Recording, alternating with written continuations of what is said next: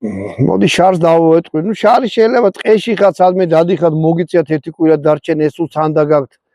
რაღაცა აიმაში მტვერი შევა, ის ჩავა, რა ქვია, ფოთლები, რაღაცეები და მოკლედ ეს უნდა მოხსნათ და მერე გამომბერტყოთ ხოლმე. ეგ არ არის კაი. მაგრამ ამის რეზინებიც იყიდია, შეგიძლია ეს რეზინები გაუკეთოთ, ამაში ჩასვა და ეს იქნება მთლიანად. დარეზინებული, რომ შიგარაფერავს, მაგრამ ნუ ეგ აზრი არ აქვს, აქედან მაინც რაღაცა ჩავა იქ. ნულიდან.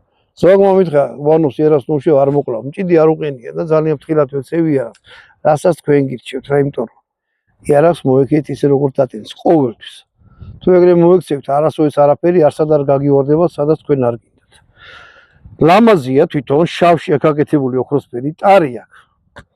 აი როგორც გლოკის პლასმასი ეგეთი, ეს არის მარტო ფასონად არ არის, ხელს ოკიდებს ძალიან, მაგრამ იმას ეჭიდება რა. ძალიან კარგად არის